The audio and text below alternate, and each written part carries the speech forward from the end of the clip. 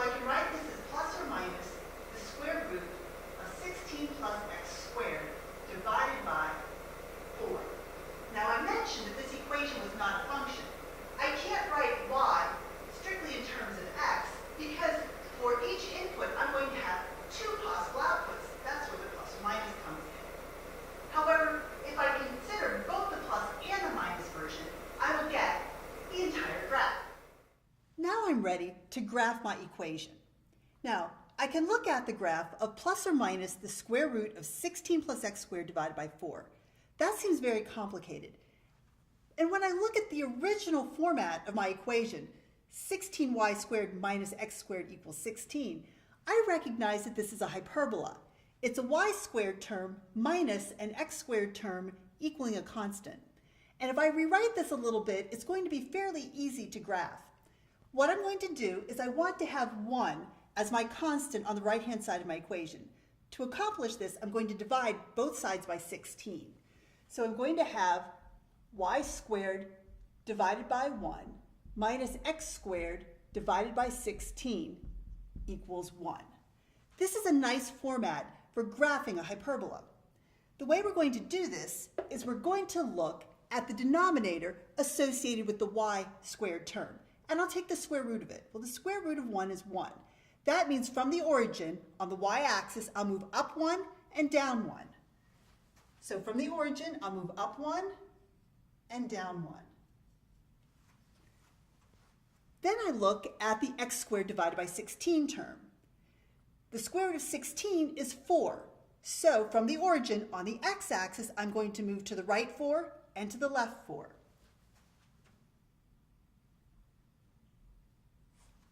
I'm going to be able to use these markings to create a rectangle.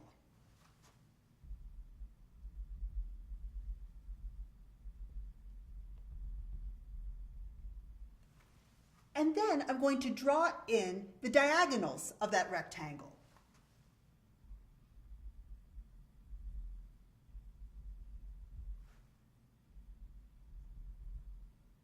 Notice that I'm using all dotted lines here because none of this is part of the actual graph. All right, so it's time to sketch in the hyperbola. Because the y squared term comes first, this hyperbola will open up and down. So I'm going to start right here at the point 0, 1, and my curve, as x approaches infinity and negative infinity, are going to taper to those diagonals that I've drawn in. And I need to do the same thing below. The point 0, negative 1 will also be on my curve. And again, it opens up so that as the x values get large and very small, they're going to start tapering to those diagonals. Okay, so I have an idea of what the graph looks like. But how does that relate to the plus or minus the square root of 16 plus x squared over 4? Well, notice that a square root, particularly if I have the square root of 16 plus x squared, this piece is guaranteed to be a positive number. And if I'm dividing by 4, it's positive as well. So if I have the plus version of this, all of my y values will be positive, which means I must be talking about this top piece. So this is going to be y equals the square root of 16 plus x squared all over 4. And because this expression is guaranteed to be positive, as soon as I use the minus version, everything will be negative, which means this bottom piece of my hyperbola is the y equals minus the square root of 16 plus x squared divided by 4. Okay, so now I have a picture of my graph. Notice it's not a function because it does not pass the vertical line test. That's why a lot of times we use implicit differentiation to solve a problem like this or to take a derivative. All right, well, before I dive into that, I already have my equation solved for y. I can do it explicitly if I want to. So we're going to find dy dx, and we're going to do it using our explicit forms of our equation. So let's start out saying y equals the positive version, the square root of 16 plus x squared, all divided by 4.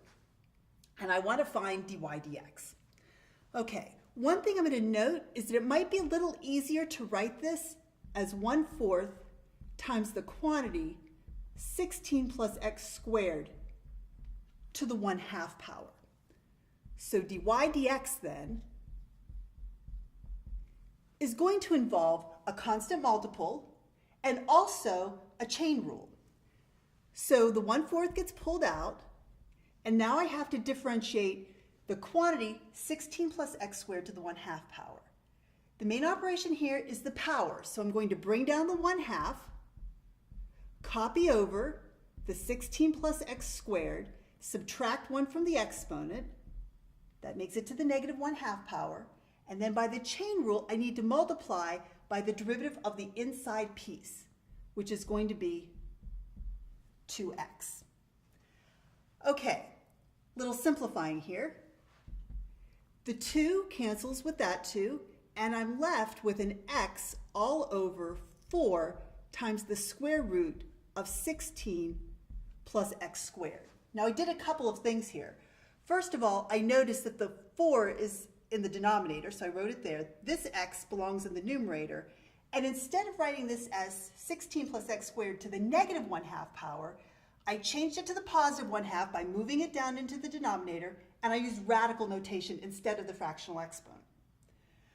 Okay, I've differentiated explicitly, but remember there were 2 pieces to this, the positive version and the minus version. So I have to do it all over again for y equals minus the square root of 16 plus x squared divided by 4. Now you could go through the entire differentiation process again, but notice the difference between this equation and the one I started with. The only difference is that constant multiple of a -1. And I know when I differentiate by a constant multiple, that constant multiple just gets pulled out. So, saving myself a little bit of work here, I'm just going to say that the derivative is minus x all over 4 times the square root of 16 plus x squared. So I really need both pieces to differentiate explicitly. All right, that was a lot of work.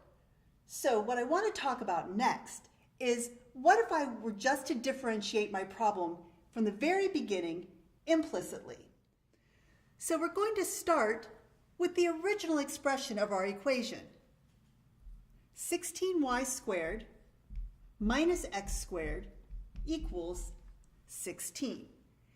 Now, to find the derivative implicitly, we're not required to solve for y. We can go ahead and just differentiate both sides immediately.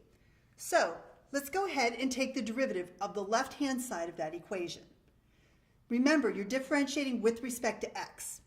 So, on the left-hand side, I have a difference. So that means I'm going to differentiate each piece individually. And the derivative of 16y squared with respect to x is going to be 16 times 2y dy dx. Then I'll subtract the derivative of x squared, which is simply 2x. That takes care of the left-hand side. Now the right-hand side, the derivative of 16 is 0. Okay, the next thing to do would be to solve for dy dx. I'm going to do a couple of things here. 16 times 2 is 32, so I'll make that simplification. And I'm also going to move the 2x over to the right-hand side. So I'll have 32y dy dx equals 2x. Okay, now I'm going to solve for dy dx. So let's divide both sides by 32y. So I have 2x divided by 32y. Okay. One more simplification step. I notice that 2 will divide evenly into 32, so I can say that dy dx is going to equal x all over 16y. All right, well, dy dx is x over 16y using implicit differentiation, but I got a completely different answer when I did it explicitly. Or did I? Well, let's see. What's y? If you remember, back in the beginning, I solved for y. y was plus or minus the square root of 16 plus x squared divided by 4. Let's substitute that into my problem. So I'm going to have x divided by 16 times the square root of 16 plus x squared all over 4. And remember, it's plus or minus this version. I'll move the plus or minus out to the front.